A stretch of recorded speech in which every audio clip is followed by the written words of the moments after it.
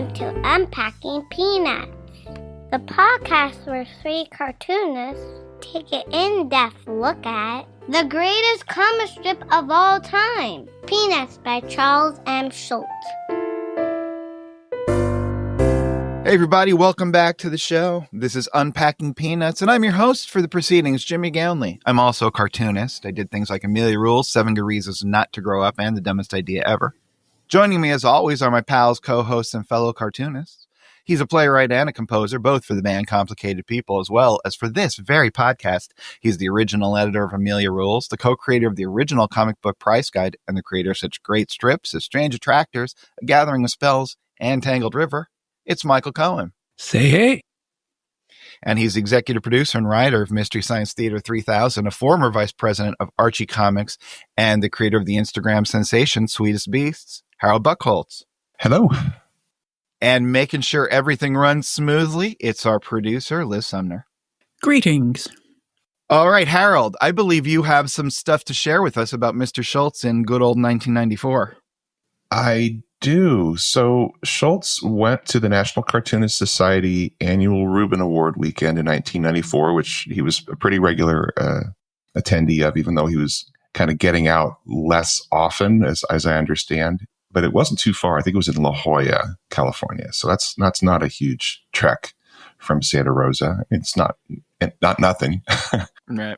And he was actually there to give a talk and a Q&A. So we have some interesting insights from him right around when the strips we'll be discussing came out. So I thought we want to share a little bit of that.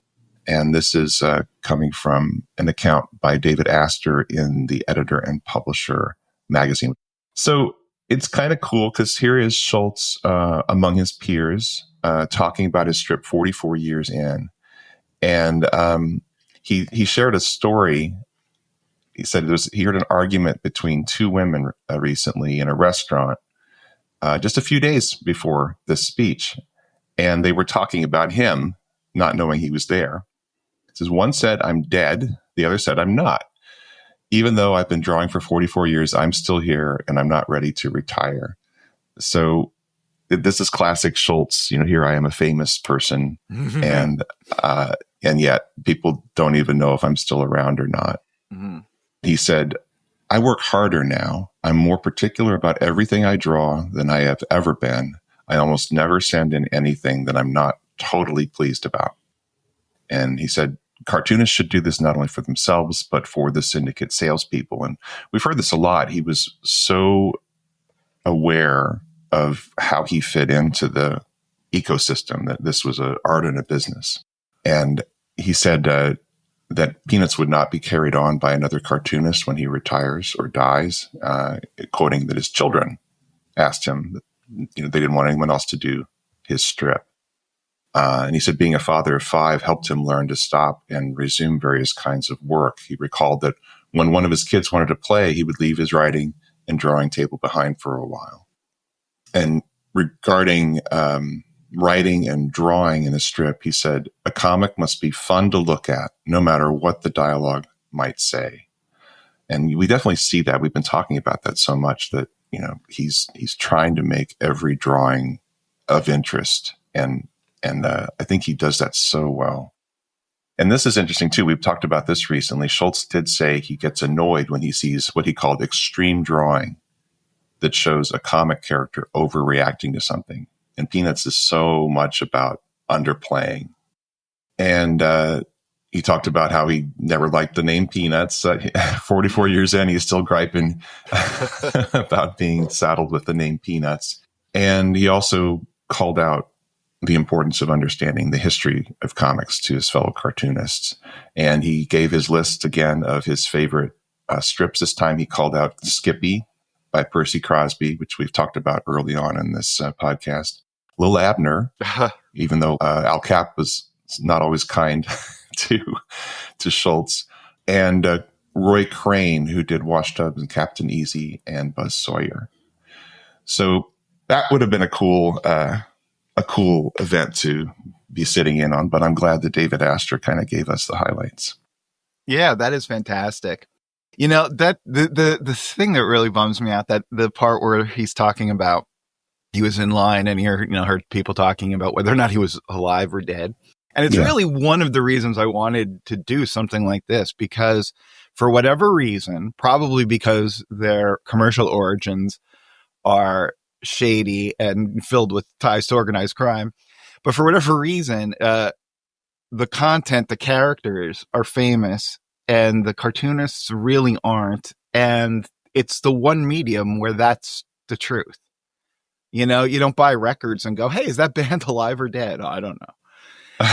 You know what I mean? It's sad to hear that you could achieve so much and still have people not even be aware whether or not you're alive or dead. But that's the way it goes sometimes. We're alive, and that's a good thing. Hey, not only are we alive, it's my birthday today.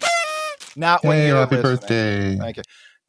Not when you're listening, but when we're recording this. And I can think of no better way than to hang out with all my friends, and that includes you guys out there, and just talk about our favorite comic strip. So with Harold's prelude out of the way, how about we hit those strips? Now, if you guys want to follow along, what you can do is go over to unpackingpeanuts.com, sign up for the Great Peanuts Reread, and you'll get one email a month from us letting you know what strips we're going to be covering in the upcoming episodes. And then all you got to do is go over to gocomics.com, type in the dates we're saying, and away you go. You can read along with us. So you do that and then come back here and we'll start right now.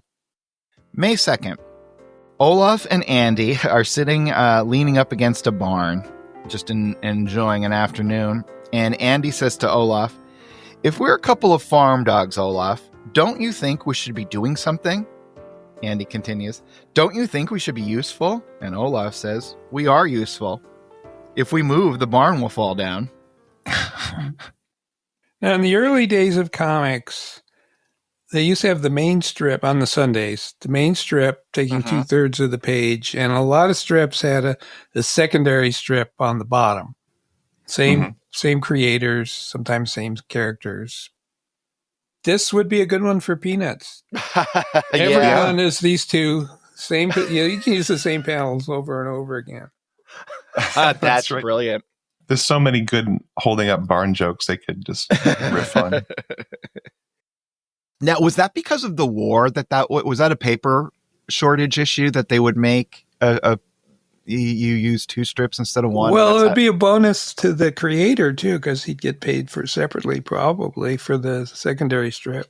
I read in passing. I don't know if this is true. I'd never seen it before. I was just researching something else and it came up, and I think somebody said William Randolph Hearst thought up the idea, and I don't know if it was to kind of try things out, to kind of see if there's something that might break out. And actually there was some success in that regard, I guess, but don't know if that's true. Now that you mention that, of course, it's not just the war, because that's where Crazy Cat started, right? Mm-hmm. Wasn't Crazy Cat a secondary strip to the family upstairs? Was it the Bungle family or something? Yeah, or something like that. Yeah.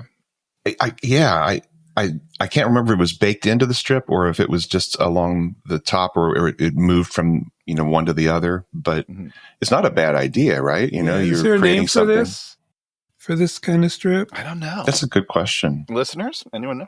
Yeah, because Alex Raymond, who was doing Flash Gordon, had Jungle Jim on the same page on the bottom. Maybe our listeners know. Yeah. This would be really cute. And you could just, it would be great. They never do anything. They just have a little conversation every day. I love both of these character designs. I love to see Andy. And of course, we know I love Olaf and his own unique beauty. I like Andy's Princess Leia ears. Yeah, he really does have Princess Leia ears. So cute. May 19th. Peppermint Patty's in front of the class giving a report, and she says, "This is my report on Hamlet. A hamlet is a small village with a population of maybe a few hundred, and then her teacher interrupts her. Peppermint Patty says, "Ma'am?" And she sits down at their desk, and Marcy says to her, "Far and away, sir, one of the great tries of all time." And Peppermint Patty says, "I can't stand it." This goes to them, this crazy school they go to. Yeah. That she has to do a report on Hamlet. Maybe though, like this will be some sort of insane weight training, and Patty will get to like high school or whatever and realize she's brilliant because she's already, went to this unbelievably insane grade school. Yeah, this teacher is ambitious. It's nice to see. I can't stand it as the final line in the strip. Haven't seen that in a while. I just can't stand it. Speaking of Hamlets, we know the Ameliaverse here is in the great state of Pennsylvania. Do you know there's only one town in Pennsylvania? No. Oh, officially a town? Yep. There's many hamlets. Doesn't have a church? Is that what it is? No, I don't know what no, it has to do with population size. Oh. It has to be between 8,302 and 8,307. Something like that. Yep. Yeah, I heard a hamlet actually is a small village that doesn't have a church. Oh, really? Well, they still call hamlets things in America, and I don't think it has to do that, but that's probably where it did start. Yeah. And then because I grew up in a borough. But anyway, Bloomsburg, only town in Pennsylvania. Really? Wow. Yep, that's if you go to Bloomsburg, you'll see a big sign. New York is a town. It's like, hey, this old town, what a great town. Yeah. Chicago is also. Yeah, Chicago's definitely my kind of town. My kind of. May 30th. Snoopy and Woodstock are hanging out, and Woodstock is atop a bird bath, and he is fishing in the bird bath, and it looks like he got something because he gets pulled in the bird bath, and that's shocked Snoopy, sending his ears straight up in the air. And Woodstock, in the last panel, managed to clamber his way over to the side of the bird bath, looking disheveled, and down at Snoopy, who says, "Some pretty big ones in there, huh?" Such a cute Woodstock in the first panel fishing. Absolutely. One of my talents, especially starting in 1986, when I feel like around 84 to 86 is when they started really using photocopiers in comics. And one of my great superpowers was trying to find the original image and seeing which ones were the photocopies. You could really see it. Bill Sienkiewicz used to do it a lot, and he'd do it with color photocopiers, and those were never right on, but you could always see. And so this bird bath is definitely photocopies 3 times. Yeah. Which one do you guys think is the original? Can you tell? Yeah, the first. Yeah. Guessing. So, wow. No, I don't know that we can say that ever happened before, to our knowledge. We haven't seen this before. That's something, You got the same object in 3 with Zipatone and 3 panels. I'm wondering why. Well, do you think it's because of the Zipatone? Yeah, I think that he couldn't duplicate it. Yeah. But the interesting thing is, he would have penciled this, right? And he would have drawn it 3 times. And then he would have, I'm guessing, and then he would have been inking. And then once he inked the first one, the Zipatone wouldn't have gone down, I'm guessing, until the very end. Do you think he was all the way into it? He's like, oh, I'm not going to do this again. Could have been that. Could have been that he tried to duplicate it and couldn't, and then thought, oh, I know what I'm going to do. Photocopy it. But I suspect that Michael's right, and it has something to do with the fact that it has that kind of not elaborate, but intricate little details of the Zipatone on it. It's nicely done. It really, it's uniquely Schultz. I just don't know anybody else who treated Zipatone the way he did. No, it looks so much more like Duo Shade. Yeah. Duo Shade, you're painting it on. That's the thing. We talked about this before. It's the chemicals you put on the paper to develop different lines to make the shading. And that guy, Roy Crane, we just mentioned, is one of the 3 people he called out, was a master of that. And what I don't understand is, how many people were using this? How did a company manufacture this stuff and stay in business for years when there's like 1 or 2 cartoonists who use it? And advertising. Yeah, but how many times have you seen it in advertising? I mean, it just doesn't seem like something that there would have been a massive demand for. I could be wrong, but I don't remember seeing it anywhere but, Buzzsoy or whatever. Yeah, I don't know, but it was such a great thing. I was wondering, I don't know if this might be insane, but does it read as gray to modern eyes, or does it look like black dots? Like in a world where everything is high def, like everything in our lives looked grainy and out of focus and weird. So like you didn't think, okay, those black dots represent gray tones, fine. because halftones were everywhere in newspapers. And I would bet ads it and varies from covers. person to person. There are certain things that people see exactly the same thing in such a different way. Again, Like we could ask our W's. listeners, Well, I remember when the Batman movie came out, the first one in 1989, and I was in high school. And my geometry teacher pulled me aside because we had like a dress down day. I went to Catholic school, but like every once in a while you'd be able to just wear whatever. Mm-hmm. Half the school was in Batman shirts. And my geometry teacher pulled me aside and said, I have to ask you a question because I was wearing a Batman shirt. Just, why is everybody wearing yellow teeth? And I'm like, what are you talking about? Yeah, she saw the yellow circle around the bat as an open mouth with teeth and thought it was the ugliest thing. And why did suddenly everyone in the world want to wear yellow teeth? I'm like, no, it's a bat signal. And it took her a minute. She's like, oh, I see. Oh, that's cool. Yeah. That's real. I was afraid you got in trouble. You were going to get dressed down on dress down day. Oh, no. I bet it's different to different eyes. I've heard some really fascinating things from people. I've always said I love the thicks and thins of the line in cartooning. And I've met people who look at me and go, what are you talking about? They don't see the variation in line. If someone had drawn something. I don't see it. Oh, really? I mean, I think it's you guys as cartoonists see an entirely different thing from those of us who are like auditory people.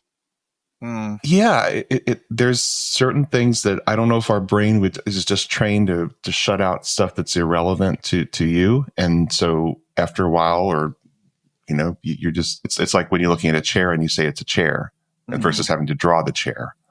And then you have to see it in a completely different way in order to recreate it. It's like your brain is just saying, well, that's Snoopy.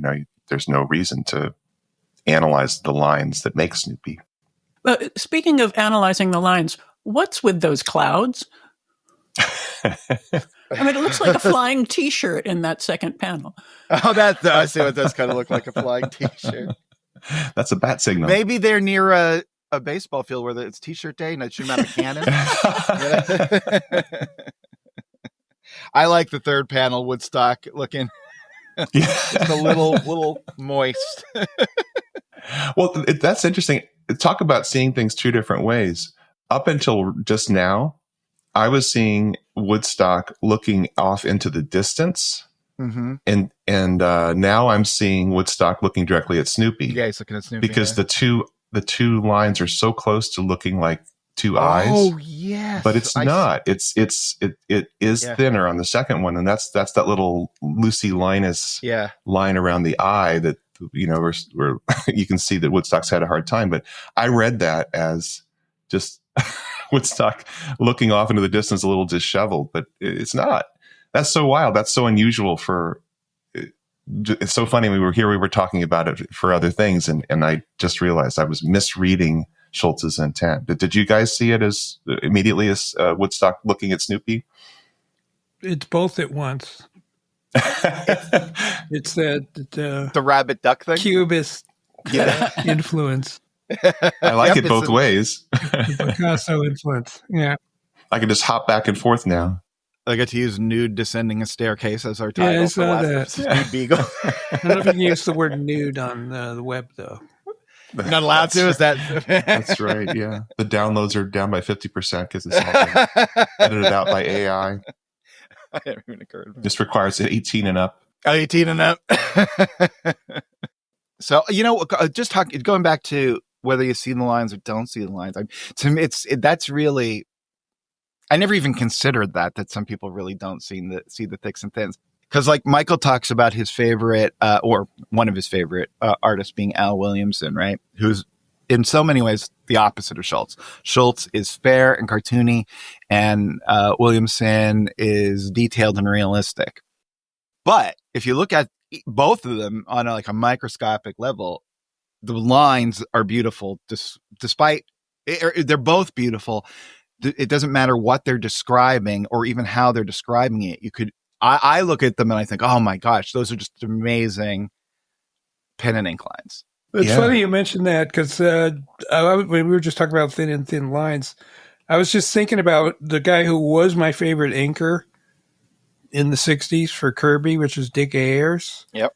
Which to this day, he's still my favorite inker because that's the stuff I fell in love with. I go back and look at it. It's still beautiful, but boy, the thick lines are insane. I mean, and it's something I've never tried to do, but it's probably not fashionable anymore. But at that time, you really, really poured it on those outlines.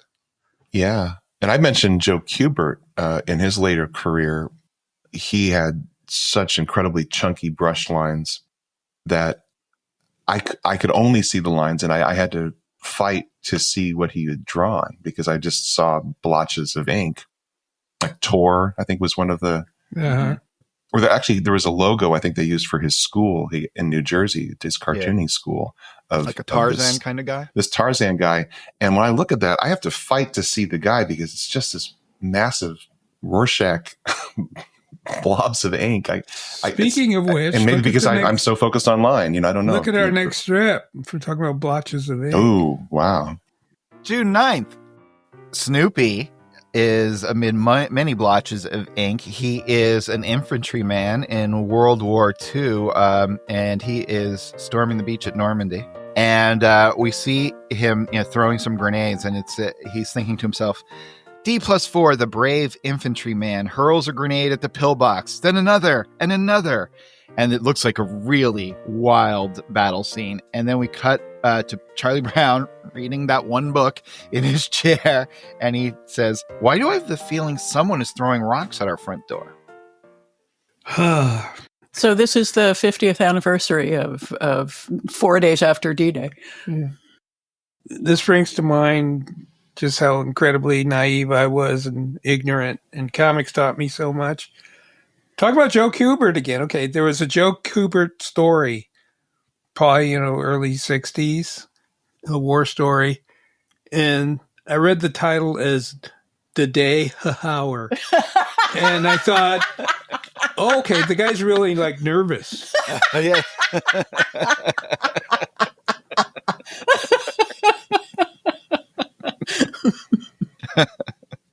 Oh, man. We were talking, I guess, last episode about sometimes drawing, the way you're drawing affecting the emotion, or being affected rather by the emotion you're feeling or trying to portray. This is, and I'm completely projecting. I don't know anything about this. But to me, this looks like someone with PTSD. I mean, this is an intense, violent, ugly, and I don't even mean that in a bad way, but expressionistically ugly panel of war in Peanuts. I think it's pretty wild. And I very much remember when these were coming out and thinking the same thing. Like that pillbox just looks evil. I find this slightly disrespectful. Because it's Snoopy. Even though I know he was in battle, but to make it part of a joke with the dog and being this, it's as realistic as Schultz gets. Yeah. About, people getting blown up. Yeah, I'm curious. I believe he heard lots of good things about it from the people who, from vets and stuff like that. But I definitely see your point because, I mean, it's Snoopy. And in most people's mind, it's a simple, basic comic strip and not like the creator's personal diary, which it kind of really is. What do you think of the art, Harold? It's interesting you were saying about the PTSD. That's really interesting because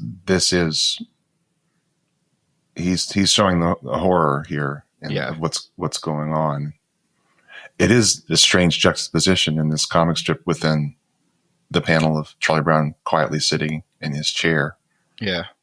Which is actually, I guess, again, this strip, it maybe is another Rorschach test for people where they may get so sucked into what Snoopy is doing and what he's in the middle of, which actually happened, that Snoopy's recreating. It's either a tribute to the brave soldiers or it's disrespectful. That's really interesting. Yeah. I didn't read it that way because I guess I was just so used to Snoopy. But, we've seen him as the World War I flying ace. And but he's fighting a certain person who we know never dies. Yeah, but he's not Here, in the Snoopy trenches. could be killing somebody. Yeah. Yeah, he's in a plane. If he was in the trenches, it would not be good. Yeah. Yeah, the fact that he's throwing a grenade into a place that has, you expect other beings who could be killed by Snoopy. That's a little Other different. dogs, German shepherds. Yeah, right. The German shepherds. That's disrespectful, Michael. I apologize to all our German listeners. That was just funny. Okay, I'm sorry. So what tools is he using there? Is that a marker or how does he? It doesn't look like Zipatone to me. Yeah, there's some Zipatone, I think. Well, actually, I guess maybe there's no Zipatone. It looks like it's black brushes, and then it looks like he's almost scratching into it with white on top. Well, there's some pretty tight cross hatching going on too. Yeah, there is. Yeah, which he never does. No, never. Almost never. Yeah. Very, very unique panel in the I'd history be curious because I do this. Sometimes I'll scratch into the black. Oh, really only in this depression book I'm doing. I'll scratch over the black with an X-Acto knife to get white lines through it, which I got from an interview with Schultz where he was talking about George Harriman doing it that way. But yeah, I look at this and I see PTSD. Yeah, that's really an interesting insight. I can see that in this art. It is one of the most tortured panels, if not the most, in Peanuts history here. Yeah. No, I have to go back, Michael. I confess I didn't understand that thing you were just saying. It's been going over my head because I didn't get what you were saying about the day. D-Day H hour. D-Day H hour. What is H hour? I've never heard of H hour. That's the landing hour. Oh, okay. And he thought it was today. Today. Okay. I didn't know the H hour, so I was kind of... I guarantee I would have thought that if I saw it. Definitely. It makes sense, yeah. Siga. Right? Siga, yeah. Here's another one of the D-Day strips, June 10th. And it's Snoopy behind a machine gun in a little machine gun nest with his helmet on. And he's riding home. And he says, "Dear Mom, just a note to tell you I am well. They say we will be home by Christmas. I hope so." And that's the entire strip. Yeah, again, we had one shortly before this, which was no attempt at a punchline. Yeah. Yeah. This is pretty remarkable. Peanuts 44 years in. Yeah, this is definitely a Malden kind of thing where he'd have people in their trenches riding home. And maybe it is Zipatone. Well, looking at this, unless there was a Zipatone that was uneven lines, he's doing every single line here. The reason that I would think, I can't make up my mind on this, but I'm guessing he's drawing every single line here, unless there's some tone I'm not aware of that was just kind of uneven. I mean, there are, but no, not like this. I think we have to go to the museum and see that exhibit. Well, yeah. You know what happens when you're cross-hatching and you're not up really close. Yeah. Sometimes some lines are closer and some lines are further apart. Yeah, no, that's definitely what's going on. And then the here. Reproduction. Yeah, I'm sure it's cleaner in the original, but you're saying, Michael, this is hand done every single one of these lines. So. Yeah. That's a lot. He spent a lot of time because there are probably a good 400 plus lines. But the way he cuts it out, I mean, it looks like the way he does Zipatone. Yes, you're right, Liz. That's what I was looking at. Now, in this case, what he would do is he would take some sort of a whiteout and drop it on top of the lines he's already drawn, right? That's how he would do this. So he'd do all the lines. Well, sometimes, and then add some white. Yeah, where it's on top of it. Yeah. On the right-hand side, like above Snoopy, those little nurdles of white. But like I think in some other instance, like when he's bumping up against the trees, not all the way. I mean, he just did it that way, I believe. You know, I don't think he did the whole thing and then went over top of all of it. This is a strip I really would like to see. in person, and you can really see the technique that the fact that we're discussing this and trying to figure it out shows that this is a remarkable work that he's done. As cartoonists, we can't fully figure out what he was up to. The other thing that's interesting about it is if you go back to 1950 and he's given this tiny little strip and he's like, well, I'm going to fight back using white space and everything's going to be about drawing the eye to my thing. Mm-hmm. And this is not caring. I guarantee you, I haven't seen it in the newspaper in 31 years, but I'm guarantee that looked just like a smudge in the newspaper, the two, or this whole sequence. And I also guarantee that he knew that. Mm. Well, I think it's interesting. 44 years in, Schultz has influenced a lot of cartoonists, and everybody, I think, moved in his direction, or most people moved in his direction. And so there's a ton of white space now in the strips. And so he mixes it up. He's like, well, if that's where you guys are now, I can go the other direction. Yeah. And have we seen Snoopy holding a pencil in his paw? No, that's such a strange drawing. It looks like it's just balancing on the top of a paw that it looks like it's going the wrong direction even, right? Well, he's left-handed. Oh, yeah, he would be left-handed. Yeah, so Snoopy's a left-handed writer. Wow, that's weird. I read it as his right paw. Huh. Because I thought the little paw, I saw a little paw down that's in front of him, which would have been his left paw, maybe. Oh, you're right, Harold. Oh, I see what it is. No, yeah, you're totally right. Oh, you have to really zoom in to see that. But yeah. Yeah, it's a very, very unusual drawing. Well, you know what? Having successfully stormed the beach at Normandy, I think we need to take a break, recollect, and before we advance. Sound good? Sure. Yes, sir. We'll be right back. Hi, everyone. We love it when you write or call to tell us how much you enjoy the show. But don't just tell us. Tell your friends. Tell complete strangers. Share your appreciation in a review. It doesn't have to be on Apple Podcasts. 60% of you listen on other apps.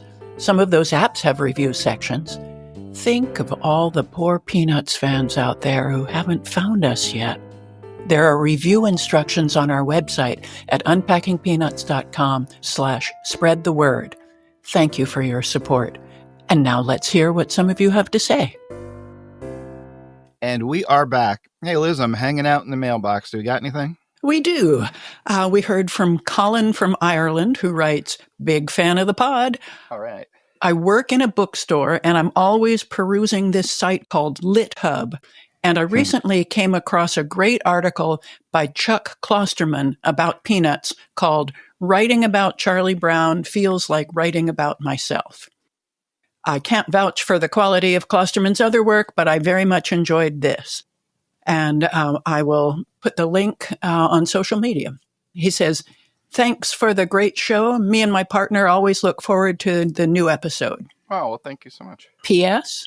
I've been recently deep diving REM's back catalog. Yes. While listening to the pod, Are You Talking REM Remix? Oh, great pod. Adam Scott Ackerman. I know it well. Very nice. And he says, I might have to agree with Jimmy that they're the best band ever, along with the Smiths, of course. What a great day it is for me, my birthday. And Happy birthday. Fantastic. Thank you so much. And I have read all of Chuck Klosterman's books of essays. They're great. He's very funny. He's just writing about pop music generally. Yeah, so you can vouch for Chuck Klosterman's other work. Yeah, he's one of my favorites. Yeah, he's great. So thank you, Colin. That was great. Thank you. And then we also heard from Paulie Bear, who writes, "Hey, gang, I'm listening to the 1993 Part 2 episode where you talk about Rerun's relationship with Snoopy. Bringing Rerun back with more to do than comment about being on the back of a bicycle was, as far as I see it, the last brilliant thing Schultz brought to the strip, especially for how he put Snoopy and Rerun in a deeply meaningful relationship. Jimmy's comment on how Snoopy and Rerun are on the same wavelength left me with a question for y'all. This all happened when Calvin and Hobbes was the thing in comic strips. Any speculation on the idea that Rerun and Snoopy as a pair of characters was influenced by Watterson? Be of good cheer. Ooh, interesting. Well, he'd never admit it. Well, we don't actually see these Snoopy rerun strips till later this year. And this is the year that I've been waiting for this to happen. That Rerun actually comes into his own as a main character. 21 years after his, maybe I'm wrong about that, but around 21 years after he was first introduced, which is wild. They certainly are. It's two very different types of relationships, Calvin and Hobbes and Rerun and Snoopy. Yeah. Oh, definitely. Definitely.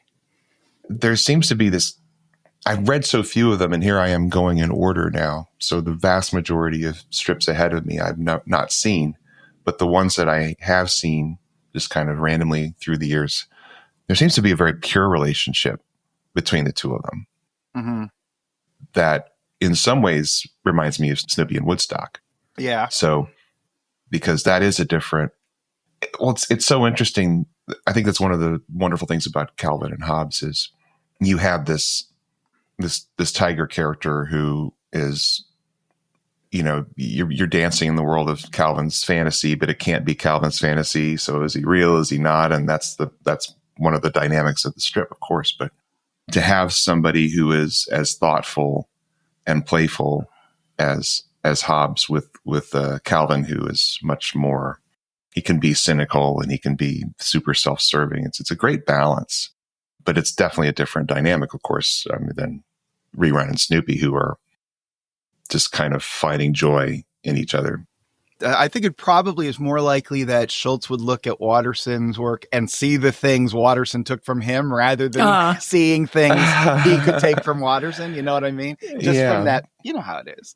But he is a student. We know he's a student of what's going on around him, and he absolutely is going to glean from somebody who is at the top of his game in the field that he works in. So, I think Schultz would also be a fool to not see why is this working, and is there something I can pull? He's very, very good at that.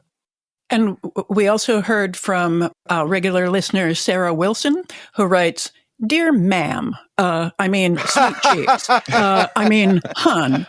Oh, no. That's a good start. Just last week, I popped into Snoopy Town here in Tokyo and noticed that all the Olaf merch was discounted and on sale. Oh, my. Scoop that up. Had this fad too passed already? But then I discovered why. There's a new dog in town named Andy. And she sent us pictures, which I will post. And she says, I thought the Japan Peanuts merch people just made him up. But then I did my reading assignment for Unpacking Peanuts and met Andy at Snoopy's bedside. Serendipitous timing. Yeah.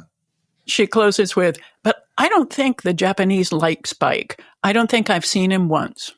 I'm not sure that the Americans like Spike. Yes. Is there much Spike merch out there? I can't remember seeing anything at the time. They have all the brothers and sisters in plush at the museum, I know. So I'm sure there's a Spike there. And there's probably just the cactus collection. And that's it for the mail. I got a couple things. We got a voicemail and 2 texts. So let's start with the texts. Dear UP, how much a product of its time is Peanuts? Do you think a similar property would succeed if it started today? Thanks for the amazing podcast, Charles Kulak. And then he has a PS. I think you should post a playlist of Michael's music for the show. Oh. We have it. What? I put it out at Christmas a year ago. Oh, well, he did. And it's on Bandcamp, I think, but I will. Oh, awesome. Fantastic. I will make sure that it is in the show notes and more available, maybe on the website. That's wonderful. Charles, this is how good we are at marketing. Not even all of the people on the podcast knew that. So don't feel bad that you didn't know it, Charles. I had no idea I wrote music for the show. Well, I'm really glad that somebody asked about it. Yeah, it's a good thing. That's cool. You can just loop that, and you'll be imagining your own Unpacking Peanuts episode. There you go. Yeah, you can play it in headphones and like walk around town. My neighbor is sitting by the thinking wall. And just have every once in a while have a little Assisa thing pop in, a little track. And how much of a product of its time do you think Peanuts is? Would a similar property succeed today? I don't think anybody's really paying attention to comic strips today. Well, yeah, that's what I was thinking is like it would have to be in a different medium, right? Right. As a property, of course, he's kind of opened up that question. It doesn't necessarily have to be in the comic strip Oh, yeah. form. Do you think a similar property would succeed? Right. Well, given we've been talking about Gen Z really responding to Snoopy, this is a character that was created 75 years ago, and Snoopy is relevant. I kind of think that Peanuts, although it was a slow burn in terms of Schultz having to grow into being the phenomenon he was, I think he would have had to have done it through his own means, and over the course of years got better and better, and then it would have caught on. But because we have the internet, I think that was possible. So I would say the answer is yes, that this would have found an audience today. Well, there you go, Charles. I agree. And we heard from Pat M., who writes, I just found your delightful podcast, already up to 1964 and Lucy's slideshow of CB's faults. It got me thinking, what media would Lucy use to critique Charlie Brown in 2025? Wow, TikTok. Yeah, a couple TikTok reels. Twitter. Maybe like just a bunch of GIFs, like and looping GIFs of him failing at various things. What do you think, Harold? I think those are good answers. All right, that's what you got. We got. He's going to be humiliated with GIFs on TikTok. And we got this voicemail. Hi, this is Marcia Hepps, one-time Snoopy, long-time listener, fan of all you unpackers. I am so grateful that you pointed me to February 20th. I'm calling because I don't want you to worry, and I love this strip. I love all of the cozy Linus and Snoopy in frames 2, 3, 4, and 5 especially. And then the wackiness of the tossings and turnings, and then ending up with Snoopy in the blanket, and Linus is on the doghouse. I think this is brilliant. So she is referring to the strip we discussed, where it's kind of that futurist take, where we're seeing multiple images of Snoopy and Linus as they're trying to get comfortable as they nap. So that is the strip she was talking about liking. Thank you, Marcia. Yes, that is a great strip. Thanks, Marcia. And it's one that needs to be seen to appreciate. Yeah, it's hard to even discuss that one without having it directly in front of you because it is so weird, but it is a cool one. And that's it. I just want to add one more thing that Michael had an interview today with regular listener Tim Young, who runs the podcast Deconstructing Comics. And his interview with Michael will be out sometime this spring, I think. Mm-hmm. We will let you know when it happens. That's fantastic. Tim, thank you so much for doing that. Michael, did you represent us well? Did you do us proud? I sure did. I said we were good. All right. He knew what questions to ask because he has memorized your intro of Michael. Oh, are you kidding? Oh, my God. Me too, buddy. Well, thank you. So if you guys want to reach out and keep this conversation going, there's a couple different ways you can do it. You can call us on our hotline or leave a text there. It's 717-219-4162. Or you can email us through our website, unpackingpeanuts@gmail.com. And you can follow us on social media too, but I'll give you that litany at the end. How about right now? We go right to the strips. Sure. Okay. June 27th. We're at the good old mall with Peppermint Patty and Marcy. They have shopping bags and ice cream. And Marcy says, my grandpa says when he was little, kids used to roll hoops, shoot marbles, and spin tops. And Peppermint Patty says to her, at the mall? Love another appearance of the mall. I think it's great. I think what I'm interested in this one is the way he just designed the background to frame them. You know, and I'm also interested in that fact that this is a mall, but basically there are very, very few things indicating what anything is. There's some items on like a makeup counter, including the world's smallest lamp. Oh, I thought that was like a ketchup bottle and sauce. Oh, yeah. I don't know. I mean, maybe it is. I don't know what it is. Yeah, it's that's what it is. It's condiments, and that's a paper towel roll. Oh, no, it's a toilet paper roll. That doesn't look like a paper towel. I don't know. That's what it is. It's a vertical toilet paper. I also don't know what's in the store on the left-hand side. Oh, those look like shirts. Oh, yeah, maybe shirts, yeah. So do you think he purposely kept it unclear so that the punchline would hit? I think so. Then you'd have to see it afterward? And the thing that I think that's amazing is that you know it's a mall. But why do you know it's a mall? Like she says so. Yeah, but then you're like, you don't go, oh, is that a mall? I don't know. I just think it's a really interesting, graphically designed long panel, especially the big white space with the two of them in it.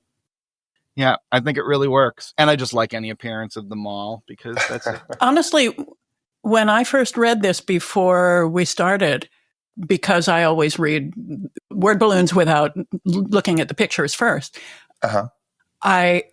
I thought the punchline was hysterically funny because I didn't realize they were at the mall until after I dollied back out. So when you introduce the strip by saying they're at the mall, I think it loses some of the humor. Really? But to the point, I think the way he drew it, you don't know it's a mall until you've read it, even if you're looking at it. Mm-hmm. So I think maybe that was intentional for the very reason you said, Liz. It is funnier if you don't know they're at the mall, at first. Well, I ruined that for you, Sparky. I'm sorry. July 15th. Charlie Brown is lying awake in his bed, and Snoopy is actually now laying, and not in the doghouse, but on his lap, adorably curled up. But Charlie Brown's having a rough night, and he says, sometimes I lie awake at night, and I ask, where have I gone wrong? Then he rolls over and continues. Then a voice says to me, this is going to take more than one night. Oh, wow. I cannot help but think this is, because this this is an older man with some regrets that he's putting into the strip. And it's, to me, I look at that and I think, wow, Charles Schulz had some regrets. That's great. You know what I mean? Like everybody, right? If after 44 years and he was drawing a comic strip with Charlie Brown in his bed thinking, you know what? Everything I did was fantastic. It would be, no one would like that. But this feels very relatable to me. Yeah, I love the zipatone on the blanket. It's so well done. It's so evocative of a rumply striped comforter. It just works so well. And then Snoopy in that first panel kind of curled around what was probably Charlie Brown's foot. I don't know. Yeah, it would have to be his foot. Yeah. It's really nice. Again, talking about 44 years into the strip. Yeah. This hasn't existed before. He's definitely true to the themes and the characters, but artistically, imagine this in 1960, 1970. You can't. I mean, he just was not there artistically. And he said, like in that interview, I've worked harder on the strip than I ever have in terms of the visuals. Now, part of that's because of the struggle that he has with the tremor, but that's forced him to do new things, to incorporate that tremor into the work. Yeah, absolutely. And one great place to do it is a good old rumply comforter. July 18th, Charlie Brown answers the phone. Hello? And we see, it's Peppermint Patty giving him a call. She says, hi, Chuck. Just thought I'd let you know I'm back from camp. I had a nice time. Did you miss me, Chuck? And Charlie Brown answers, "Who is this?" Pepper and Patty slumps to the floor, looks miserable, and says, "I've never heard of you either, Chuck." So Charlie Brown must be visual and not auditory. Yes, he must be. He must be. And here's a Peanuts obscurity. Those things that they have in their hand, that's what telephones used to look like. And you couldn't, With wires. You could not even get Instagram on those. It was unbelievable. July 27th. Lucy and Rerun are hanging out outside, and Lucy has a good old jump rope, and she says, "See, Rerun? It's a jump rope. You twirl the rope and you jump up and down like this." And she demonstrates, and she continues to skip rope, and she says, "Then you count how many times you jump." To which Rerun asks, "Why?" Don't start asking that question, Rerun. You'll be that's the rest of your life, and you will have no answers. Odds are no one out there knows what the hell she's doing. People jump rope. They People do it for exercise. Yes. Well, Sylvester Stallone, maybe. But I don't know that little kids are out. I guess they still are, yeah. She would have slugged Linus if he'd said that. Well, that's true. Now that we see like the classic Rerun design and we see him next to Lucy being so tiny. Well, although, look at the difference between panel 1 and panel 4. Mm-hmm. He shrinks. He shrinks quite a bit. Yeah. He better if he's going to say that to Lucy. He's got to be kind of diminutive. Yeah, the top of his head's like by her hairline in the first one, and then he's beneath her nose in the last one. I like the short and smaller one. My vote for where I wish Schultz had stayed with Rerun is right here. Wearing overalls, being shorter. That's Rerun. You don't have to mess with his hair. Yeah, the hair. You don't need the bird's nest. You can just yeah. That's Rerun. Yeah, that works great. I agree. July 28th.